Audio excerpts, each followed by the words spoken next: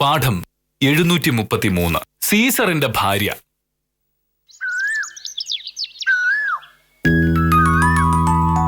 ഹൈക്കോടതി പരാമർശത്തെ തുടർന്ന് മന്ത്രി രാജിവെച്ചു.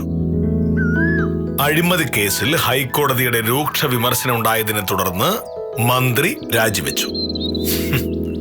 സീസറിന്റെ ഭാര്യ സംശയത്തിന് അതീതയായിരിക്കണമെന്ന കോടതിയുടെ പരാമർശമാണ് മന്ത്രിയുടെ രാജിയിലേക്ക് എത്തിച്ചത്.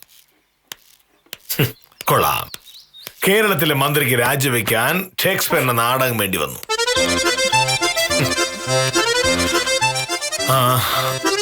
എന്താണ് വലിയ സന്തോഷത്തിലാണല്ലോ, എന്ത് പറ്റി? നീ വലിയ വയ്ക്കോലാണല്ലോ. എന്നിട്ട് കോടതിയിൽ സംഭവിച്ചത് നീ അറിഞ്ഞില്ലേ? സീസറിന്റെ ഭാര്യയും സംശയത്തിന് അതീതയായിരിക്കണമെന്ന് കോടതി പരാമർശം നീ അറിഞ്ഞോ? 2 ദിവസമായിട്ട് പത്രത്തിലും നാട്ടിലും ഒക്കെ ഇത് മാത്രമല്ലേ മോഹനട്ട വാർത്ത. ഇതെന്താണ് സംഭവം? കേരളത്തിലെ ഒരു അഴിമതി കേസിൽ റോമിലെ സീസറിന് എന്താണ് കാര്യം? ഇതാണ് പറയുന്നത് പുസ്തകം വായിക്കണമെന്ന്. നിനക്ക് ആകെ അറിയാവുന്നത് ഇന്ത്യൻ ഭരണഘടനയും പീനൽ കോഡുമാണല്ലോ. വില്യം ഷേക്സ്പിയറിന്റെ പ്രശസ്തമായ ഒരു ഉദ്ധരണിയാണ് സീസറിന്റെ ഭാര്യ സംശയത്തിന് അതീതയായിരിക്കണം എന്ന്. നീ ജൂലിയസ് സീസർ എന്ന് കേട്ടിട്ടുണ്ടോ? ജൂലിയസ് സീസറിനെ പറ്റി കേൾക്കാത്ത ആരാ ഉള്ളത്? ആ ജൂലിയസ് സീസറിന്റെ ആദ്യ ഭാര്യയായിരുന്നു കൊർണേലിയ. കൊർണേലിയ രോഗം വന്ന് മരിച്ചതോടെ ജൂലിയസ് സീസർ ആത്മാർത്ഥ സുഹൃത്തായിരുന്ന പോംബിയുടെ മകൾ പോംബിയായ വിവാഹം കഴിച്ചു. ആ കാലത്ത് റോമിൽ കുപ്രസിദ്ധനായിരുന്ന പുബ്ലിയൂസ് എന്നയാളുമായി പോംബിയായ്ക്ക് ചില ബന്ധങ്ങളുണ്ടെന്ന വാർത്ത നാട്ടിൽ പ്രചരിച്ചു. പോംബിയ തെറ്റൊന്നും ചെയ്തിട്ടില്ല എന്ന് സീസറിന് തോന്നലുണ്ടായിരുന്നെങ്കിലും അദ്ദേഹം പോംബിയായി ഉപേക്ഷിച്ച് കൽപ്പൂർണിയായ കല്യാണം കഴിച്ചു. പോംബിയ തെറ്റ് ചെയ്തു എന്ന് തെളിയിക്കപ്പെടുന്നതിന് മുൻപേ അവൾ ഉപേക്ഷിച്ചത് എന്തിനാണ് എന്ന് ചോദിച്ചപ്പോ ജൂലിയസ് സീസർ പറഞ്ഞതാണ് ഈ വാചകം: സീസറിന്റെ ഭാര്യ സംശയത്തിന് അതീതയായിരിക്കണം എന്ന്. ഭരണാധികാരിയെ പറ്റിയോ അയാളുടെ ഭാര്യയെ പറ്റിയോ പൊതുജനത്തിന് സംശയമുണ്ടായെന്നും അങ്ങനെ സംശയം തോന്നിയാൽ ആ സംശയം മാറുന്നതുവരെ ഭരണത്തിൽ നിന്ന് മാറി നിൽക്കണമെന്നാണ് ഷേക്സ്പിയർ ഉദ്ദേശിച്ചത്. അതായിരുന്നു സംഭവം. എന്റെ മോഹനേട്ട, ഇത് സീസറിന്റെ കാലം വല്ലതും ആണോ? ഇതിപ്പോ പൊതുജനത്തിന് സംശയമില്ലാത്ത ആരാണുള്ളത്? രാജിവെക്കാൻ തുടങ്ങിയാലേ അതിനെ നേരം ഉണ്ടാവുള്ളൂ. നീ ഒരു വക്കോലായതുകൊണ്ട് അങ്ങനെയൊക്കെ പറയൂ. പക്ഷേ സത്യത്തിനും നീതിയിലും വിശ്വസിക്കുന്ന എന്നെ പോലുള്ളവർക്ക് അങ്ങനെ പറയാൻ പറ്റില്ല. നാട്ടിൽ അഴിമതിക്കാരൻ കൊള്ളക്കാരൻ കൊണ്ടായാലേ നിങ്ങളെ വക്കീലമാർക്ക് ജോലി ഉണ്ടാവും.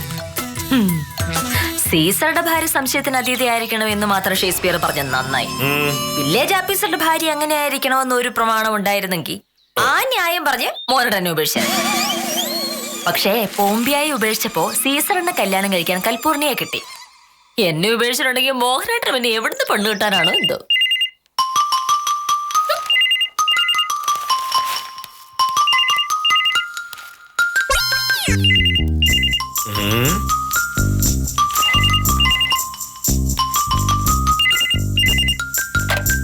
ഹലോ. Good morning sir. സാറിന്ന് രാവിലെ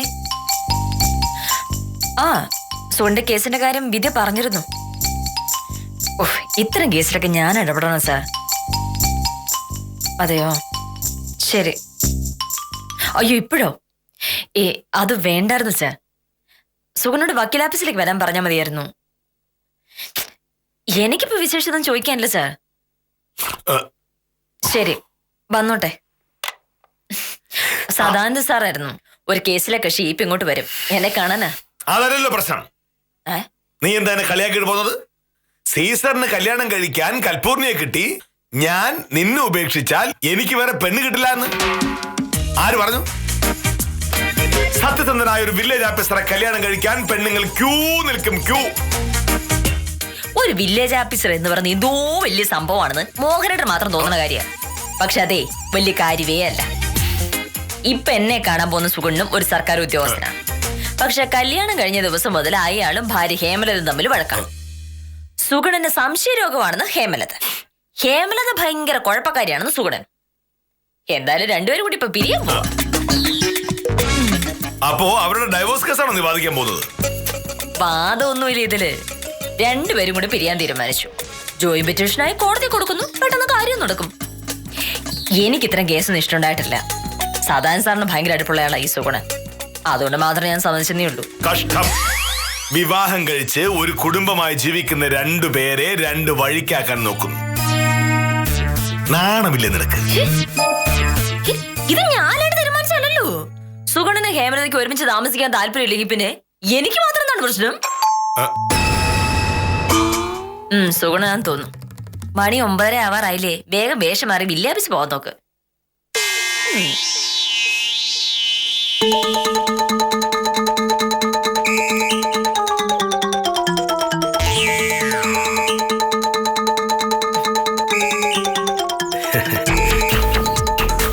നമസ്കാരം വക്കീലേ. നമസ്കാരം. സുഗുണം വരുമെന്ന് സദൻ സാർ പറഞ്ഞിരുന്നു. വരോഗത്തേക്ക് വേണ്ട വക്കീലേ, എനിക്ക് പോയിട്ട് കുറച്ച് തിരക്കുണ്ട്. ഇവിടെ വന്ന് വക്കീലിനൊന്ന് കാണണമെന്ന് സദാനന്ദ വക്കീൽ പറഞ്ഞതുകൊണ്ട് വന്നതാ. വക്കീലിന് എന്തെങ്കിലും അറിയാനുണ്ടെങ്കിൽ പറഞ്ഞു കൊടുക്കാൻ സദാനന്ദ വക്കീൽ പറയുകയും ചെയ്തു. എനിക്കിതിൽ എന്തറിയാനാ? സുഗുണന് ഹേമലതയും പ്രേമിച്ച് കല്യാണം കഴിച്ചു. ഇപ്പൊ രണ്ടുപേരും കൂടി തീരുമാനിച്ചങ്ങ് പിരിയുന്നു. സത്യത്തില് എനിക്കിത്തരം കേസുകളിൽ താല്പര്യമില്ലാത്തതാണ്. പക്ഷെ സുഗണൻ സദാനന്ദൻ സാറിന് വേണ്ടപ്പെട്ട ആളായതുകൊണ്ടും സദാനന്ദൻ സാറിന് ഈ ആഴ്ച സമയം ഇല്ലാത്തതുകൊണ്ടും മാത്രമാണ് ഞാൻ ഈ കേസ് ഫയൽ ചെയ്യാൻ സമ്മതിച്ചത്. അത്രയേ ഉള്ളൂ കാര്യം. എന്റെ വക്കീലെ, വേറെ ഒരു വഴിയില്ലാത്തതുകൊണ്ടാണ് ഞങ്ങൾ പിരിയുന്നത്. എന്റെ കാര്യങ്ങൾ അന്വേഷിക്കാനോ എനിക്ക് വേണ്ടി ചെലവാക്കാനോ അവൾക്ക് നേരമില്ല. രാവിലെ മുതൽ വൈകിട്ട് വരെ ഓഫീസ്. അത് കഴിഞ്ഞ് വീട്ടിൽ വന്ന ഫോൺ വിളിയും ഇന്റർനെറ്റും തന്നെയാ. ഈ ഫോൺ വിളിക്കുന്നത് കൂടുതൽ ആണുങ്ങളെയാ. ആണുങ്ങളുമായിട്ടുള്ള കമ്പനി ഒഴിവാക്കണമെന്ന് പറയുമ്പോ അവള് പറയും ഞാനൊരു പഴഞ്ചനാണ്, ഈ കാര്യത്തില് ആണും പെണ്ണും വ്യത്യാസമൊന്നുമില്ല എന്ന്. ഉള്ളത് പറയാലോ വയ്ക്കലേ, ഇക്കാര്യത്തിൽ ഞാൻ കുറച്ച് പഴഞ്ചനാ. എന്റെ ഭാര്യ മറ്റാണുങ്ങളോട് ഒരുപാട് സംസാരിക്കുന്നതും കൊഞ്ചും തോന്നും എനിക്കിഷ്ടല്ല. ഇതൊക്കെ കല്യാണത്തിന് മുന്നേ ആലോചിച്ചിരുന്നെങ്കിൽ ഇപ്പൊ ഇങ്ങനെ വക്കീലിനെ കാണുകയോ കോടതി കീറിറങ്ങിയോ ഒന്നും വേണ്ടായിരുന്നല്ലോ. എടുത്തു ചാടി കല്യാണം കഴിച്ചാണ് പറ്റിയ തെറ്റ്. പ്രേമം തലയ്ക്ക് പിടിച്ച് നടക്കുമ്പോ അതൊന്നും ശ്രദ്ധിക്കില്ലല്ലോ. ഇനിയിപ്പോ എത്രയും പെട്ടെന്ന് ഈ കുഴപ്പത്തൊന്നും രക്ഷപ്പെട്ട മതി വയ്ക്കില്ലേ. ഞാൻ എപ്പോഴാ വക്കീൽ ഓഫീസിലേക്ക് വരേണ്ടത്? നിങ്ങൾ എന്തായാലും തീരുമാനമെടുത്ത സ്ഥിതിക്ക് ഇന്നിന് വക്കീൽ ഓഫീസിലേക്ക് വരണമെന്നില്ല. ഒരു വക്കാലത്ത് ഒപ്പിട്ട് തന്നാ മതി. കോടതി കൊടുക്കാനുള്ള ജോയിന്റ് പെറ്റീഷൻ ഞാൻ തയ്യാറാക്കി വെച്ചിട്ട് വിളിച്ചോളാം. അപ്പോ ഒന്ന് ഒപ്പിട്ട് തന്നാ മതി. ശരി വയ്ക്കില്ലേ, ഇപ്പൊ വരാം.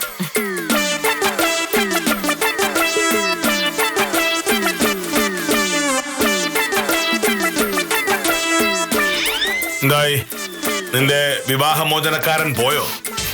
ഇല്ല, സുഗുണൻ ഇവിടെ വരെ വന്ന സ്ഥിതിക്ക് വക്കാലത്തൊപ്പിട്ട് വാങ്ങാൻ നിർത്തി. കഷ്ടം. ഒരുമിച്ച് ജീവിക്കുന്ന ഭാര്യയും ഭർത്താവിനും തമ്മിൽ പിരിക്കുന്ന ഒരു അവസരം കിട്ടിയപ്പോ എന്തൊരു ഉത്സാഹം, എന്തൊരു ആത്മാർത്ഥത.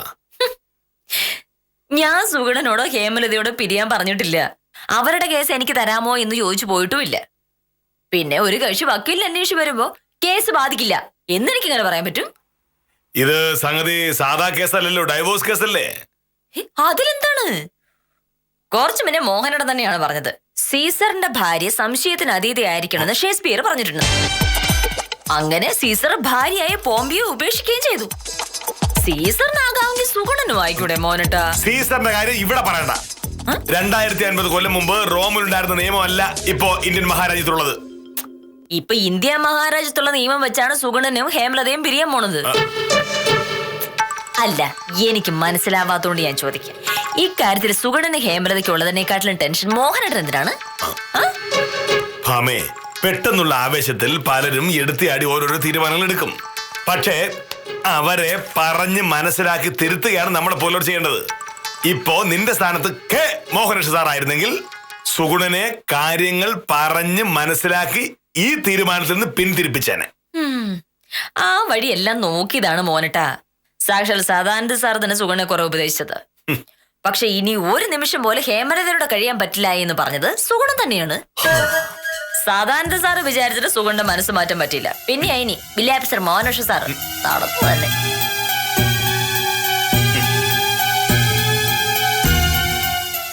എങ്കിൽ പിന്നെ അത് കാണിച്ചു കൊടുത്തിട്ടുണ്ട് കാര്യം. സദാനന്ദ വക്കീലാണോ മോഹനകൃഷ്ണ സാറാണോ വലുതെന്ന് നീ ഇന്ന് അറിയും ഭാമേ.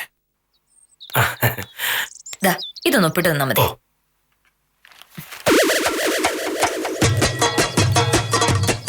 ആ, ഇത് മോഹനട്ടൻ വില്യാപിസറാ. സദാനന്ദ വക്കീൽ പറഞ്ഞായിരുന്നു സാറ് ഓഫീസിലേക്കായിരിക്കും. ഒരു സർക്കാർ ഉദ്യോഗസ്ഥൻ ഒരു പ്രവൃത്തി ദിവസം രാവിലെ 9:38 വീട്ടിൽ നിന്ന് പുറത്തേക്ക് ഇറങ്ങുന്നത് ആപ്പീസിൽ പോകാനായിരിക്കുമെന്നുള്ളതിൽ ഒരു സംശയം ഉണ്ടാവില്ല ബുദ്ധിയുള്ളവർ. ഇറങ്ങുന്നു. സാറെന്താ ഇങ്ങനെ ഒരു പ്രത്യേക ടൈപ്പാണെന്ന് തോന്നുന്നു. അങ്ങനെ പ്രത്യേക ടൈപ്പ് എന്ന് മാത്രം പറഞ്ഞ പോര സുഗുണ. ആ പോയ പോലൊരു മനുഷ്യൻ ഈ ഭൂമിയിൽ ഇദ്ദേഹം മാത്രമേ കാണുള്ളൂ. ഒപ്പിട്.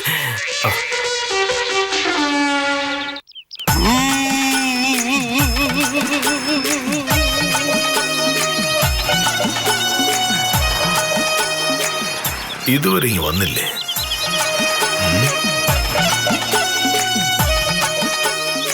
വേറെ വഴി പോയോ?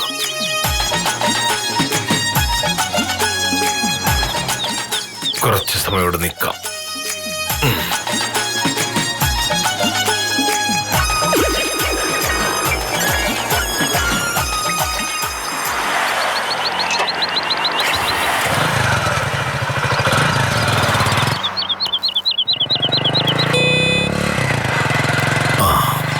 വരുന്നുണ്ട്.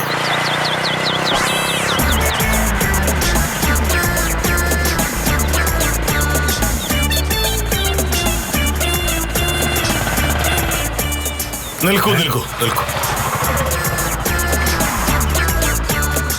എന്നെ മനസ്സിലായല്ലോ. കെ മോഹനകൃഷ്ണൻ സാർ, വില്ലേജ് ഓഫീസറാണ്. മനസ്സിലായി. ഒന്നറിയും, നമുക്ക് വ്യക്തിപരമായി കുറച്ച് സംസാരിക്കാനുണ്ട്. വരൂ, അതണയ്ക്കൂ. വരൂ.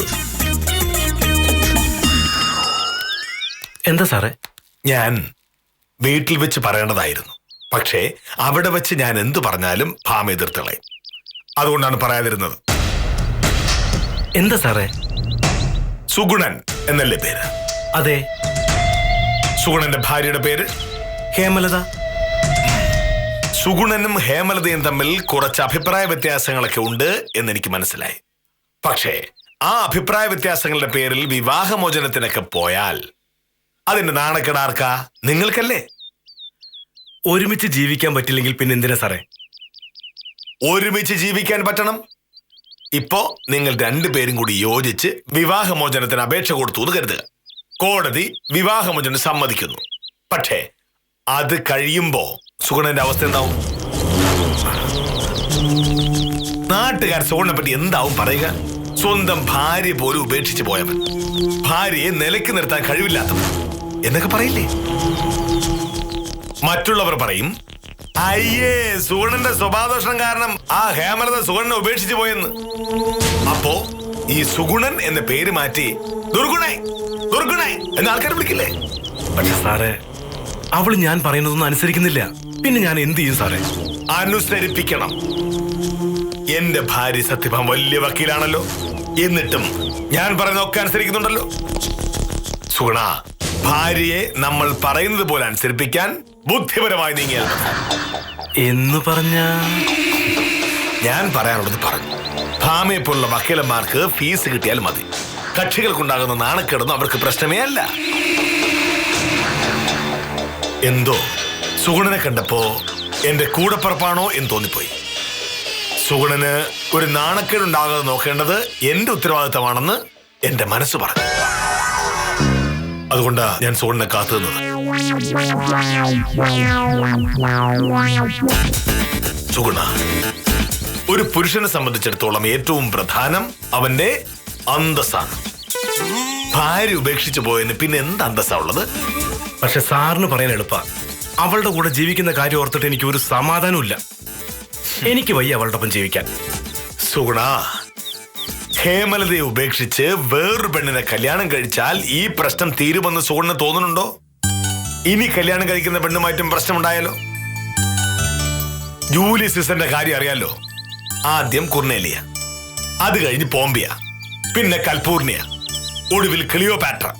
എന്നിട്ടെന്തുണ്ടായി? നടു റോഡിൽ കുത്തേറ്റ് മരിച്ചു. സാർ ഇത് ആരുടെ കാര്യം പറഞ്ഞേ?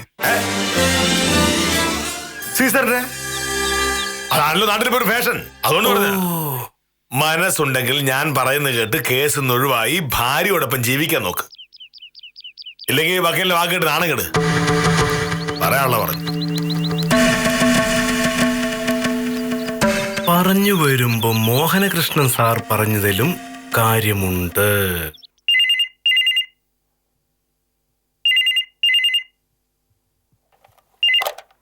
ഹലോ. ആ എന്താ സാർ? അതെയോ? അതെന്ത് പറ്റി? സുഗണൻ രാവിലെ എന്നെ കാണാൻ വന്നിരുന്നു, വക്കാലത്തുപെട്ട് തന്നു. പിന്നെന്താ ഉണ്ടായത്? ഓ, മോഹനേട്ടൻ ആഫീസ് വന്നിട്ടുണ്ട്. ഞാൻ കുറച്ച് കഴിഞ്ഞ് സാറിനെ അങ്ങോട്ട് വിളിക്കാം. ശരി.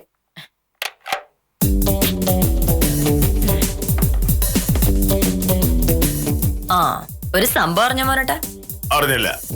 ആ, രാവിലെ ഇവിടെ വന്ന സുഗണനില്ലേ, അയാൾ ഇപ്പൊ പറയുന്നു ഡൈവോഴ്സ് വേണ്ടായെന്ന്. സദാനന്ദ സാറെ ഇപ്പൊ വിളിച്ചത്. സുഗണൻ സദാനന്ദ സാറിനെ വിളിച്ച് ഡൈവോഴ്സിൽ താല്പര്യമില്ല എന്ന് സാറിനോട് പറഞ്ഞെന്ന്.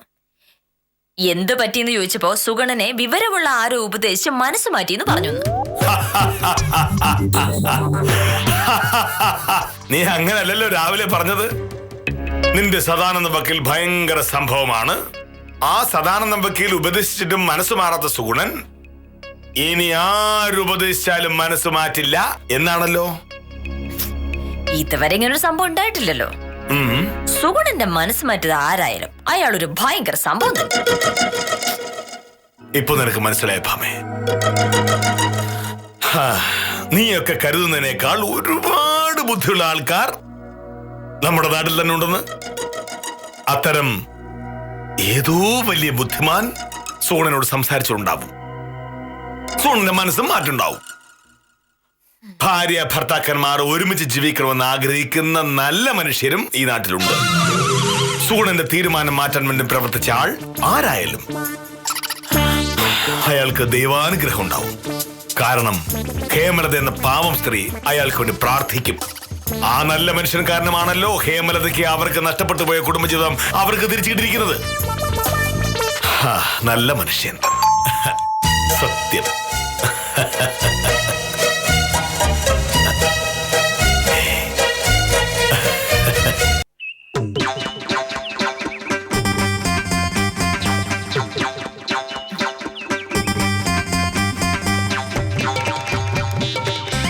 നമസ്കാരം. അഡ്വക്കേറ്റ് സത്യഭാമയുടെ വീടല്ലേ? അതെ, ഞാനാണ് സത്യഭാമ. വക്കീലിന്റെ ഭർത്താവ് ഇവിടെ ഉണ്ടോ? ഉണ്ട്. മോഹനേട്ട, ഇതാണ് മോഹനേട്ടൻ. എന്റെ പേര് ഹേമലത. ഇന്ന് രാവിലെ ഇവിടെ വന്ന സുഗുണന്റെ ഭാര്യയാണ് ഞാൻ. ഓ, അത് ശരി. രാവിലെ സുഗണൻ ഇവിടെ വന്ന് നിങ്ങൾ രണ്ടുപേരും കൂടി വിവാഹമോചനത്തിന് തയ്യാറാണ് എന്ന് പറഞ്ഞു. എന്നിട്ട് ഞാനൊരു വക്കാലത്ത് ഒപ്പിട്ട് വാങ്ങിയിരുന്നു. എന്നിട്ട് കുറച്ചു മുന്നേ സുഗണൻ തന്നെ വിളിച്ച് ഡൈവോഴ്സ് വേണ്ട എന്ന് പറഞ്ഞു. എന്തു പറ്റി ഇത്ര പെട്ടെന്നൊരു മനസ്സ് മാറ്റം? അത് പിന്നെ ബുദ്ധിയുള്ളവർ അങ്ങനെയാണ്. പെട്ടെന്നുള്ള ആവേശത്തിൽ ചില തീരുമാനങ്ങൾ എടുത്താലും അറിവും വിവരവും ഉള്ളൊരു ഉപദേശിച്ചാൽ ആ തീരുമാനത്തിൽ മാറ്റം വരും. സോണനെയും ഹേമലതയും അങ്ങനെ ഭയങ്കര ബുദ്ധിയുള്ള ആരെങ്കിലും ഉപദേശിച്ചിട്ടുണ്ടാവും. ഉപദേശിച്ചു. ഉപദേശിച്ചത് എന്നെയല്ല, സുഗുണൻ ചേട്ടനെയാ. ഈ നിൽക്കുന്ന മോഹനേശ്വരൻ സാറാ സുഗുണൻ ചേട്ടനെ ഉപദേശിച്ച് മനസ്സ് മാറ്റിയത്.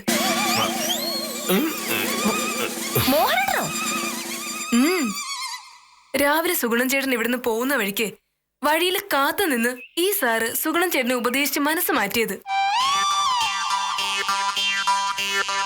ഞാനിപ്പോ വന്നത് സാറിനൊന്ന് കാണാനാ. കുട്ടി, നന്ദി പറയാൻ ഇപ്പൊ ഇവിടെ വരെ വരേണ്ട കാര്യമില്ലായിരുന്നു. ഒന്ന് ഫോൺ ചെയ്താ പോരായിരുന്നു. നന്ദി പറയാനോ? സാറിനോടോ? എന്തിന്? കഴിഞ്ഞ 4-5 കൊല്ലമായി ആ മനുഷ്യനെ കൊണ്ട് ഞാൻ അനുഭവിക്കുന്ന പ്രയാസത്തിന് കണക്കില്ല. എന്ത് ചെയ്താലും കുറ്റം, വേറൊരാളടുത്ത് മിണ്ടിയ സംശയം, എന്നും വഴക്ക. അയാളെ കളഞ്ഞ് എന്റെ പാട് നോക്കി പോവാൻ 3-4 കൊല്ലമായി ഞാൻ ആലോചിക്കുക. കോടതി പോയ വിധി വരാൻ വർഷങ്ങൾ എടുക്കുമെന്ന് പറഞ്ഞതുകൊണ്ട് സഹിക്കുകയായിരുന്നു ഞാൻ. 2 പേരും കൂടി ജോയിന്റ് പെറ്റീഷൻ കൊടുത്ത കാര്യങ്ങൾ പെട്ടെന്ന് നടക്കുമെന്ന് പറഞ്ഞു കേട്ടപ്പോ സുഗുണച്ചേട്ടനെ കൊണ്ട് ഒന്ന് സമ്മതിപ്പിക്കാൻ മെനക്കെടുവായിരുന്നു ഞാനും എന്റെ വീട്ടുകാരും. ഒടുവിൽ ഒരുവിധം അയാൾ സമ്മതിച്ചതാ. ആ തീരുമാനം ഈ സാർ ഇടപെട്ട് മാറ്റിച്ചു. എനിക്കറിയാൻ മേലാഞ്ഞിട്ട് ചോദിക്കുക, സാറിന് എന്തിന്റെ സൂക്കേടായിരുന്നു?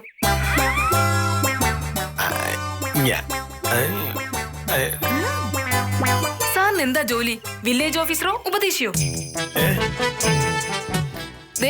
എനിക്ക് ആ മനുഷ്യൻ്റെ കൂടെ ജീവിക്കാൻ വയ്യ.